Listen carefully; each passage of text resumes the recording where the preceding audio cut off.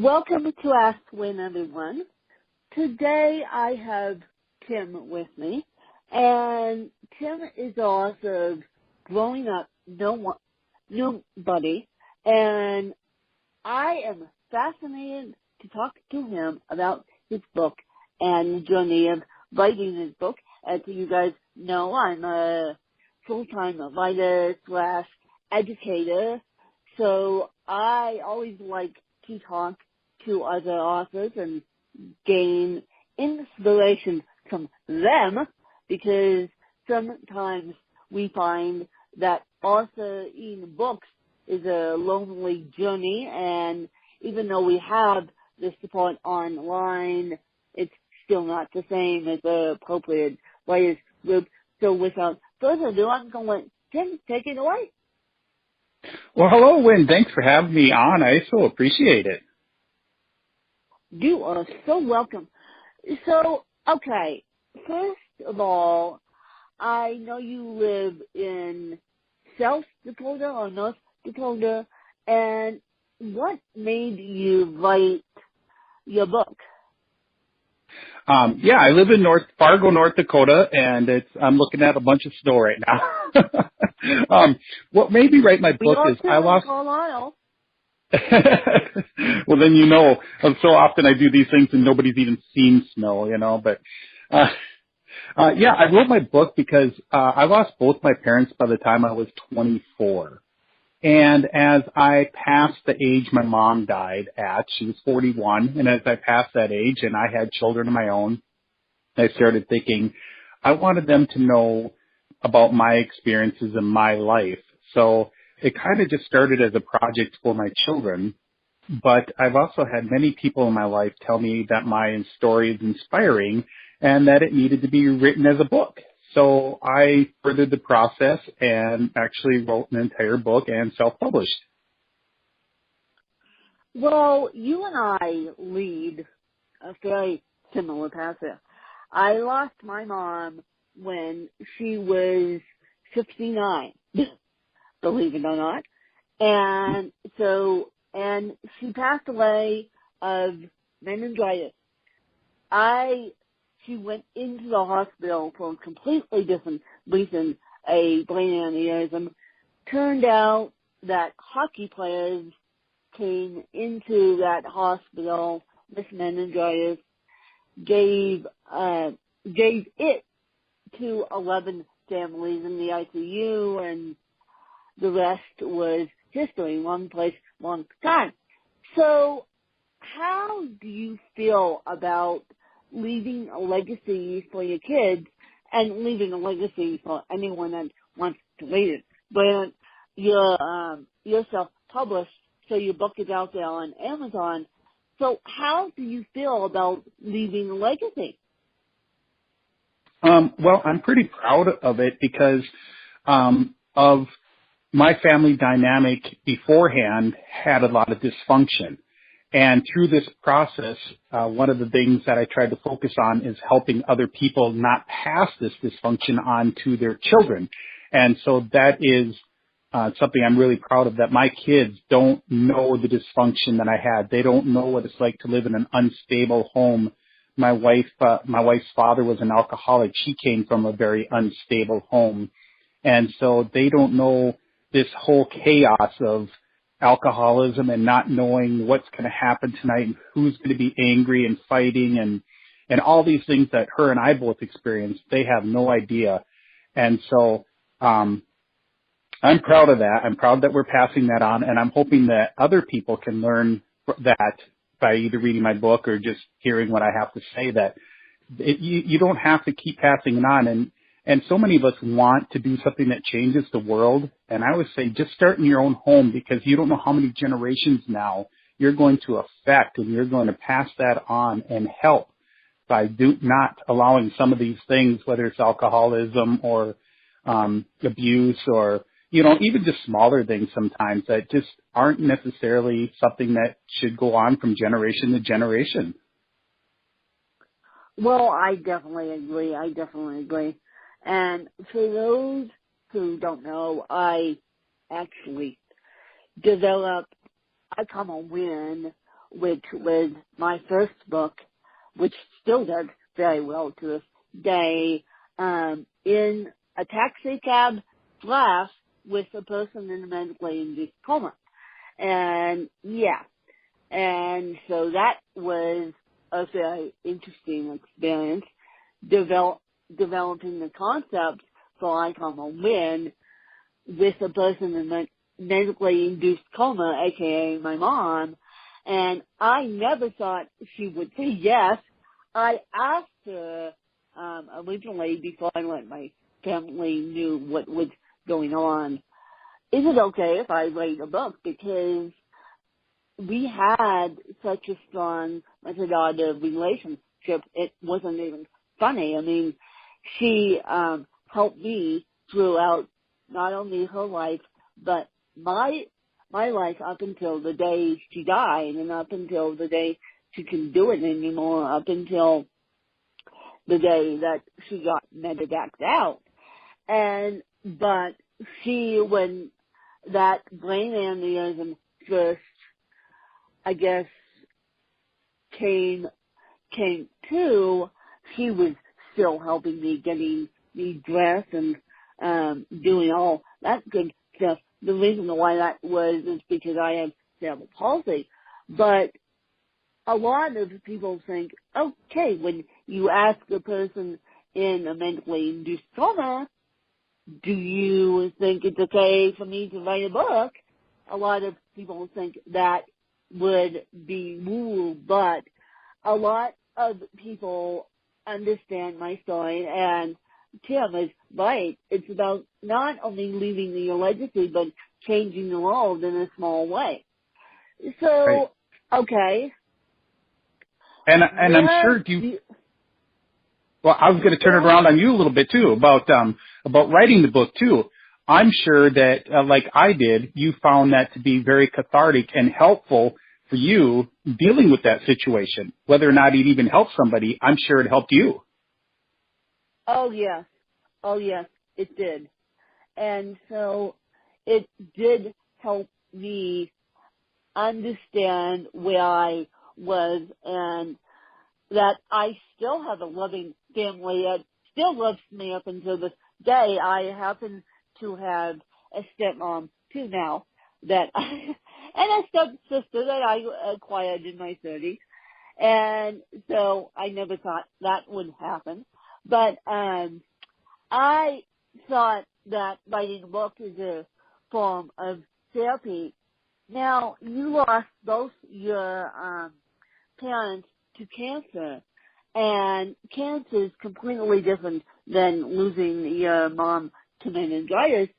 But was it a slow, painful death, or was it one day you get diagnosed with cancer, and the next day you're on chemo, the next day you're not going to make it? So how did your parents essentially lose their lives? Well, for my mom, she was diabetic for a number of years, and she didn't have cancer. Her heart collapsed. And so for me, that was a total shock. It was all of a sudden, there's a phone call, and that's it. Totally, she was 41, never would have thought that would happen. My dad did have cancer. He got diagnosed in October, and by 3 days after Christmas, he died. He refused any treatment, mainly because he dealt with mental illness, and he was done with life as it is anyway. He just didn't want any treatment. So it was very fast, and somewhat painful. And, you know, it's difficult to watch people go through something like that. He had a growth on his face. He had a huge tumor on his back that was like, if you cut a football in half and laid it on your back, it was that big. You know, very difficult to watch things like that happen to somebody. And it's hard to even determine which one is worse, all of a sudden the shock phone call, or to watch somebody struggle for months, you know? I did both, actually. I got the shock phone call, and my mom's BFF knows this. I screamed in my mom's BFF's ear saying, I can't do this. And this was over a cell phone. And so she came immediately to my house and sat with me as we dealt with my mom being medevaced out. And yes, and so that was a saving grace. I also watched her struggle for a good month in that hospital, and that wasn't the pretty end of it. So I don't know which one is worse, Tim. I don't know which one is worse either. The shock phone call or watching people struggle. Yeah, and I've said I guess maybe, because it's hard to watch somebody go through something, but at least with my dad, at least I had a few months of preparation. Yeah. But did it really help? I'm not sure. It's so hard to say, and everybody's situation is different. Anybody who's lost somebody that they cared about, it's just tragic and hard to deal with. And what I get afraid of sometimes is people don't get past it. I've seen people who years later just have not ever gotten past it. And I'm not saying you forget or anything, but their lives are just put on hold because they can't seem to move forward because of things like that either. Well, I got my job 10 days after my mom died.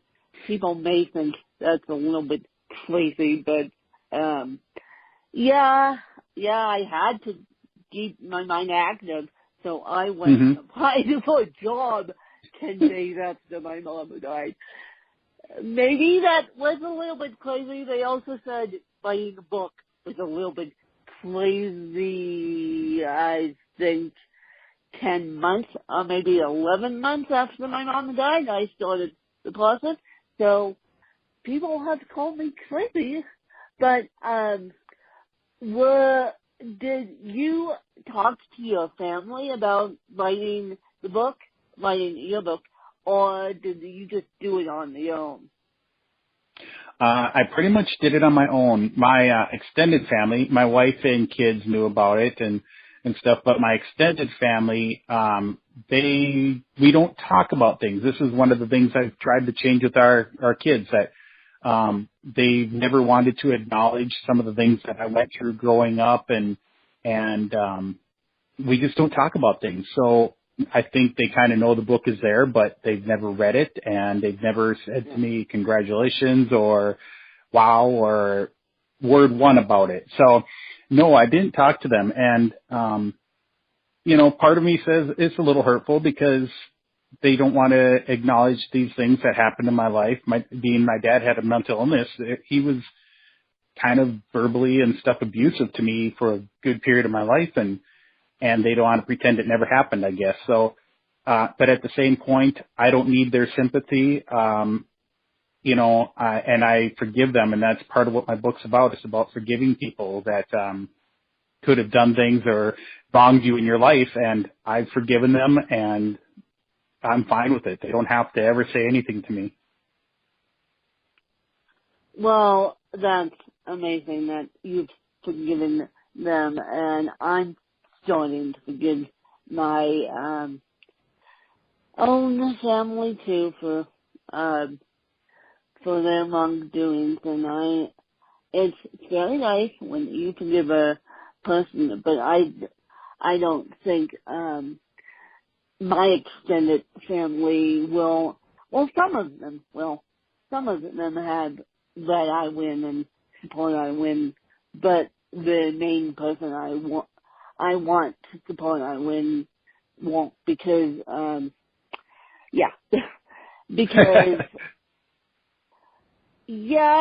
because it's the same situation.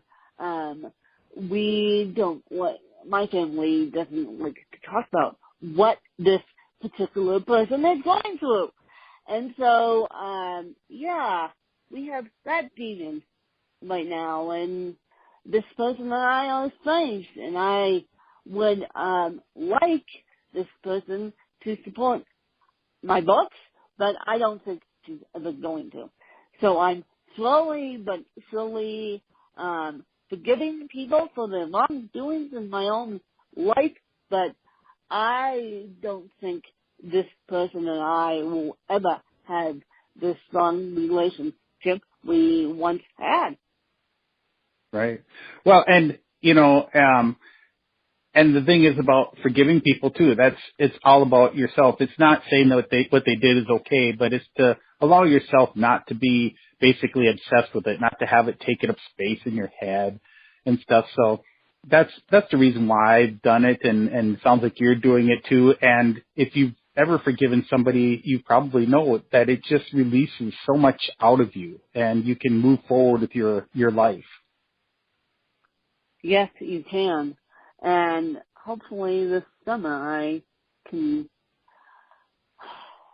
get up the courage to have start this relationship over again. If this person decides to come back into my life, great. But if she doesn't come back into my life, I at least know I extended the olive branch. So, now, you guys, we're going to flip it so that Tim can ask me a couple questions about writing and anything that he wants to ask me. It doesn't have to be writing. It doesn't have to be related to cerebral palsy. He can ask me anything. Wow. Well, I have to be honest. Before when I started, I got your invite to do the podcast and everything, and I have to say I really didn't know much about cerebral palsy. I don't know that I've known anybody directly with it, so I had to look it up. So one thing about doing this already is that I've learned about cerebral palsy, what it is and everything. So I appreciate that because it made me actually go learn something here. Yes, well, that's kind of the point. That's kind of the point. Use university as Google to figure out what cerebral palsy is. Don't just read I Come a Win unless you want to. But I try not to send people down that rabbit hole unless they really want to go down there. And Timmy, you sound like you really wanted to go down that rabbit hole, which is perfectly fine by me. Well, it was one of the things that I wrote down that I was thinking about when I was trying to think of things to ask you about. But it was just one of those things that for somebody like me who's never met, I mean, I probably met somebody, but I don't have any friends or anything. I do have one friend that she's paraplegic in a wheelchair, and I don't see her as handicapped because she does so much.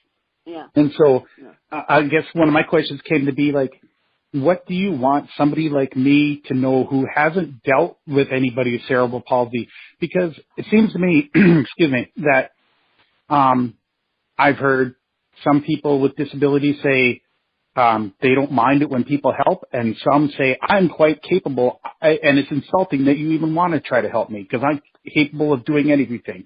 Where's the middle ground? How would somebody know, or how should we act in a way is kind of what I'm asking even. Just if the person doesn't want to be open and honest about them, that's their prerogative, not mine.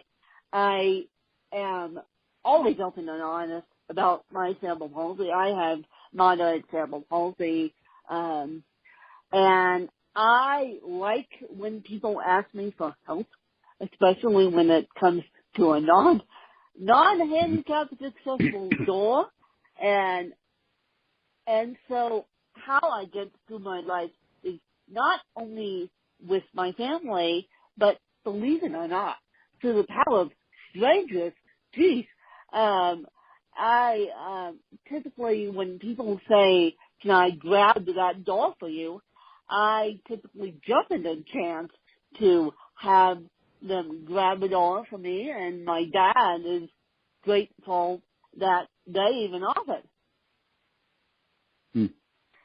This was a funny story too. It just happened to me too. I actually was in a meeting with this lady I know who's paraplegic in a wheelchair, and I was sitting at the table, and this is just how much, like with her, I don't think about things. She came in and she said, "Well, maybe I'll sit over there by you." And I grabbed the chair and slid it in next to me. She's in a wheelchair. Oh, God. Because she's so capable. Yeah. But we were able to laugh about it because we know each other, and it was funny, It was like, hey, you don't need that. And I wheeled it back, I slid it back out and stuff. It was funny. So There we go. Yeah. I thought that was funny. But that same thing, she's very capable, but there are things that she sometimes needs help with, and she's honest about those things too. So it's very cool. Another thing that I was when I was looking at your stuff is that you do a lot of things that are creative. You write and you paint and things like that. Yes. Yes. And so I kind of got this creative gene too. Writing. I gave up the painting for writing, and I'm actually going back to school to pursue a degree in fashion journalism, believe it or not. And so I have the creative side, even though I have the day job, which is teaching one day a week. I like the creative side more than I like the teaching side. It's not my psyche that doesn't like the teaching side. It's because of the paycheck that doesn't help. So, yeah, it's because of the paycheck that doesn't help. And so I was going to check with you because I've kind of got this creative thing too. And so, I wrote my book. I've got some other ideas for books. I am a communication director at our church, and I do videos and write stuff for our weekly newsletter. I'm always kind of doing something. And so I found that these people like us who have this creative thing, even if we're not getting paid, we just kind of need to do that. We always need to get that out of our system, like a release. Is that true with you too?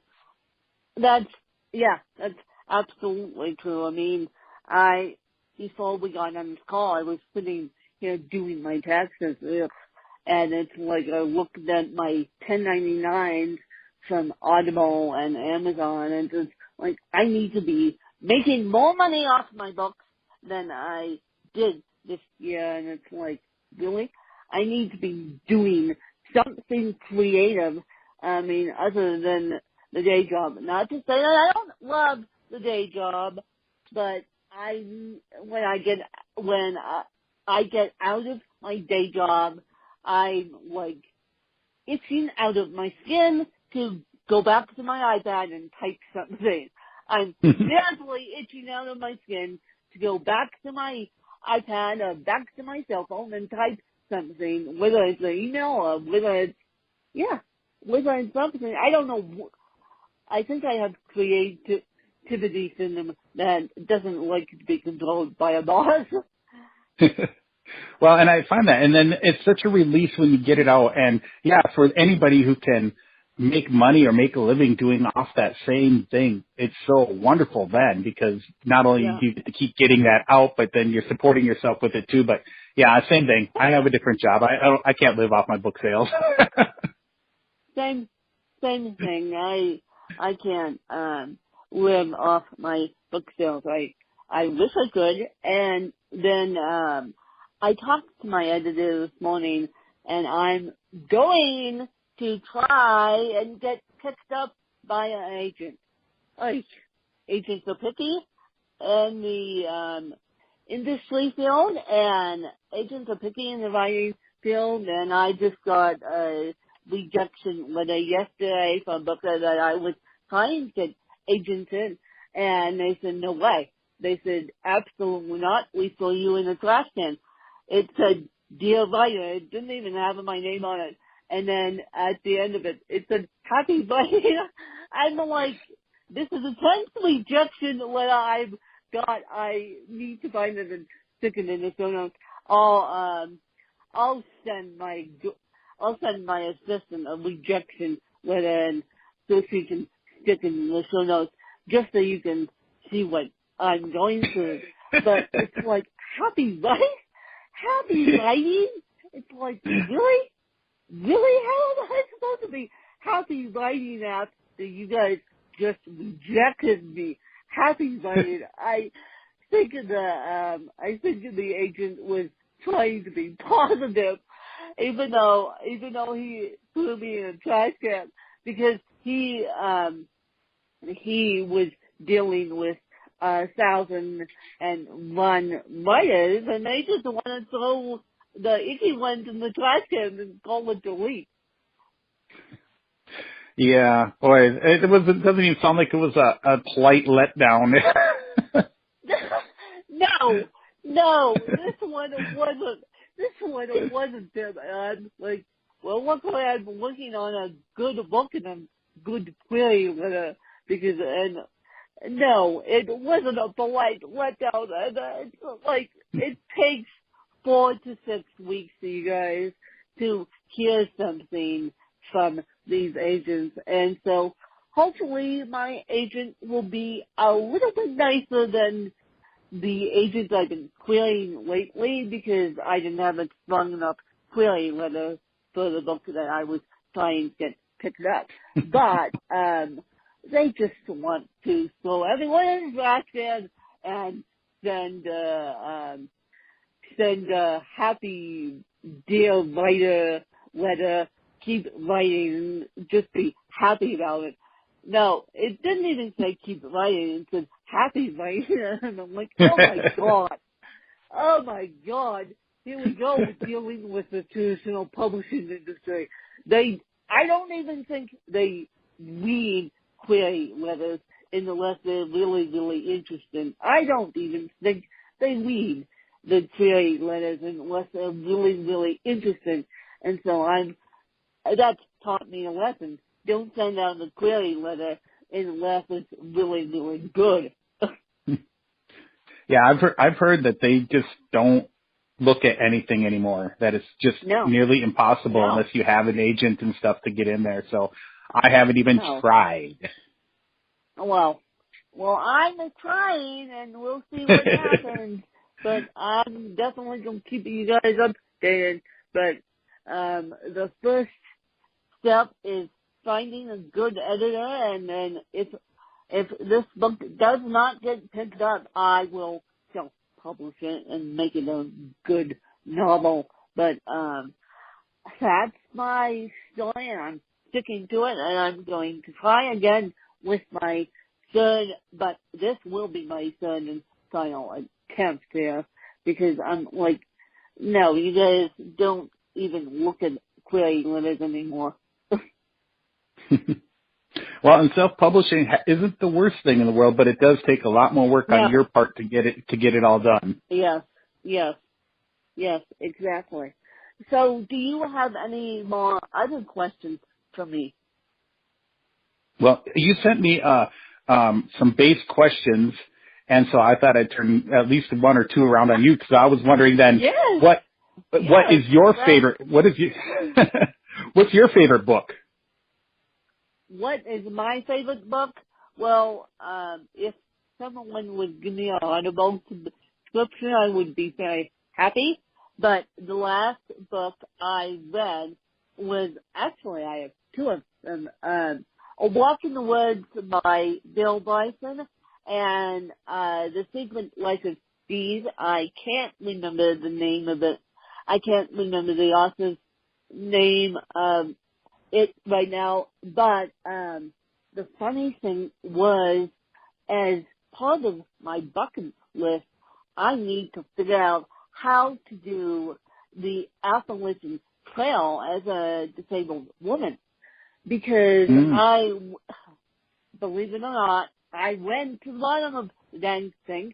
I did when I was Conan Ironman triathlete.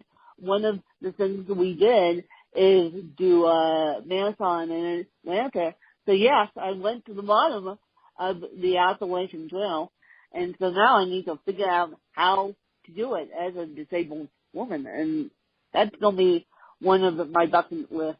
As soon as my book gets picked up, I'm going to take myself at least to see the Appalachian Trail again, because if you guys haven't read A Walk in the Woods, it's about two guys, one being a SAT stat city guy and Bill Bryson, of course. Bill Bryson is the most skinniest guy on the planet, and so he has his friend join him, and the guy can't even make it halfway through the trail, and it like goes on with this comedic airs, and that's what Bill Bryson likes about in the Walking the Woods.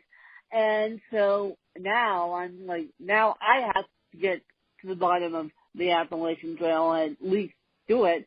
And so that's one of my bucket list items, is to walk the AT. I have walked one of the 14 out here, out in Colorado. When I was walking, I walked Mount Elbin, which is one of the 14 out here. But I have yet to walk the Appalachian Trail. The moment I say this, and the moment it comes out live, someone's going to figure out a way for me to do it. So, the secret life of these are walk in the woods. Sure. And A Walk in the Woods, they made a movie with Robert Redford and Nick Nolte about it, and they actually shot it on the Appalachian Trail. I saw that movie. Yeah. I remember that. And that was really cool. But yeah, that I need to add that to my list of travels. I got to hit that sometime too. I've got a dream list of all the places I want to go, because we gotta make a dream list of So after I get my book signed and after I get my education all squared away and my journalism degree, that is one of the places I'm going to go and at least see and at least check out, or maybe even walk halfway. I don't know if there's a way that I can do it, but I'll figure it out, you guys. See, and right there, I think you just gave everybody a lesson. You don't even know how you're going to do it, but you say you're going to do it and you're going to figure it out. A lot of people right away would just say, well, I don't know how I'm going to do that, I mean, so, I mean, or that's too tough. There's no way to do it. Oh, well, and no, that's not how you're going to get anywhere in life. I mean, there's challenges, and the thing is to figure out how you're going to get around the challenges and keep going forward. And for those of us, and you do it with a physical disability. I've done it with basically not having good mentors in my life and anybody to step along and walk alongside me and teach me things. So I've had to learn a lot of things on my own and stuff. I mean, everybody's got some different level of challenge in front of them, and it's those people who say, I'm going to do it, and they go and they take that challenge and they look for the way to do it, that they're the successful ones. They're the ones who move forward in life. Yeah, exactly. Exactly. So yes, and that's awesome. I think you just taught everybody a lesson there. It doesn't matter where you are. You're just going to figure it out and you're going to do it. Yeah, no. No, and that's what I try to do and teach everyone a lesson through my podcast. Well, that being that then, as we're teaching people lessons then, what would you say is your biggest life lesson?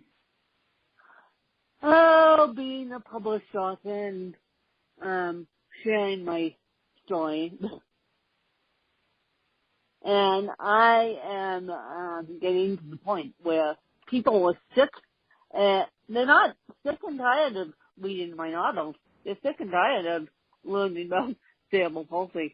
They go, again when I have, that's why I've declared myself a novelist of urban fantasies and young adult novels, and I'm actually working on an adult novel right now that's already been edited. It's being re-edited and reconstructed, and just so if the self-publishing industry, when the traditional publishing industry picks it up, they will actually like it instead of throwing it in a trash can. Yeah, and I've heard that the self-publishing can be a window into regular publishing too. That it's already done and they can see it, and and if you're starting to show some sales. But yeah, I wish I had advice how to get there for you. I have no clue myself. No, we're stuck in the self-publishing industry, and I will give you guys all my secrets once my book gets picked up. I'm saying when it gets picked up, I'm putting that out to the universe. I'm going to find a really good agent, and hopefully they can help me, and hopefully they understand disabilities. Otherwise, I'll teach them. Yes, well, I wish you luck in that area. I know it's difficult. Thank you. It's difficult, but like we just said, if anybody's going to find a way there, it's going to be you. The people who keep fighting, going around those obstacles. You're still in the process of trying to get around them, but you'll get around them. I know it. Yes, I'll get around them, and then I'll do a happy dance on YouTube with other things. I'll do the happy dance.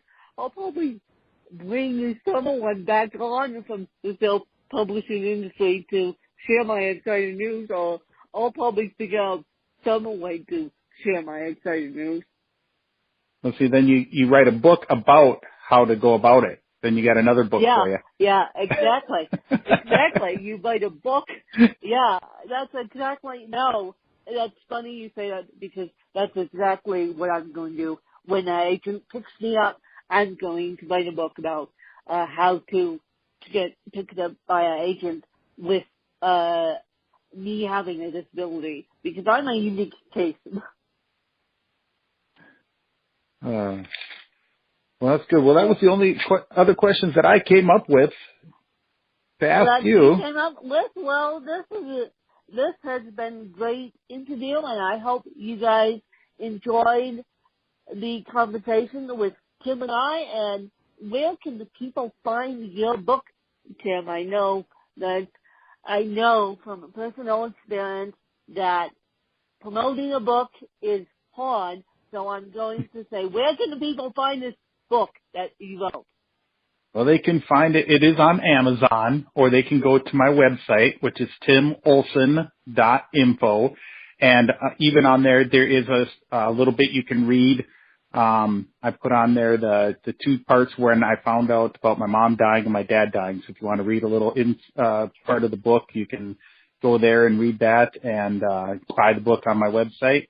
Or if you just want, follow me on Facebook and Twitter. I'm on there as Timo2 Funky, Funky, and I tweet and post on Facebook positive, inspiring things all the time, just trying to encourage people to live a good life and move forward and get over those obstacles and know that you are special and you can do it and you don't have to be stuck where you are today.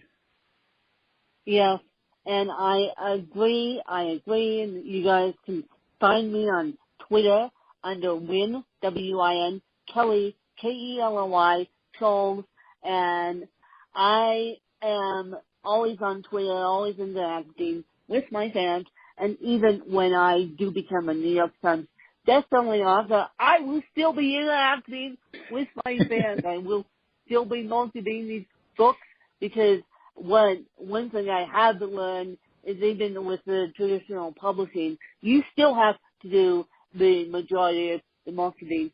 Oh, and I also help people write books. I mean, I'm helping a colleague. This colleague actually listens to this podcast, so I'm actually helping a colleague at work write a book. And all of a sudden he goes, I have a book falling out, help. And so there we go. He's in the same department I am, and he is a wonderful person. And so I'm helping him craft his book, and we'll see what happens with his book. And I'll let you guys know the story behind that one. And so if you guys want to contact me about coaching, please do. And then I will charge $85 an hour to help you guys with your books because it is time consuming, as Tim knows. And so if you guys want to coach with me, be more than happy to help you, but we'll start somewhere. And then I've been helping veterans write their books and get them on the right tracks because a lot of people want to write a book, but they just don't know how. And so if you have accountability buddies, it's easier. And I'm sure Tim will give you advice as well as to how to self-publish. So if you guys want to contact me on that, you're more than welcome to on Twitter, as I said, Win Kelly Charles, Win, WINKELLY, Charles, CHARLES, and of course the @sign. And I hope you guys enjoyed another fabulous interview with Tim. And you can find his work on Amazon, Growing Up No One. And I just hope you make this a terrific day. Thanks, you guys. Bye.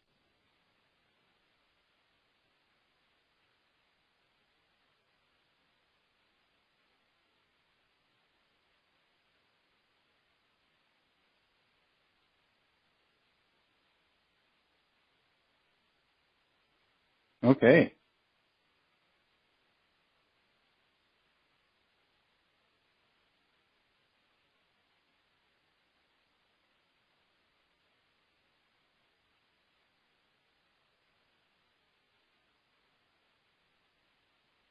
We're done?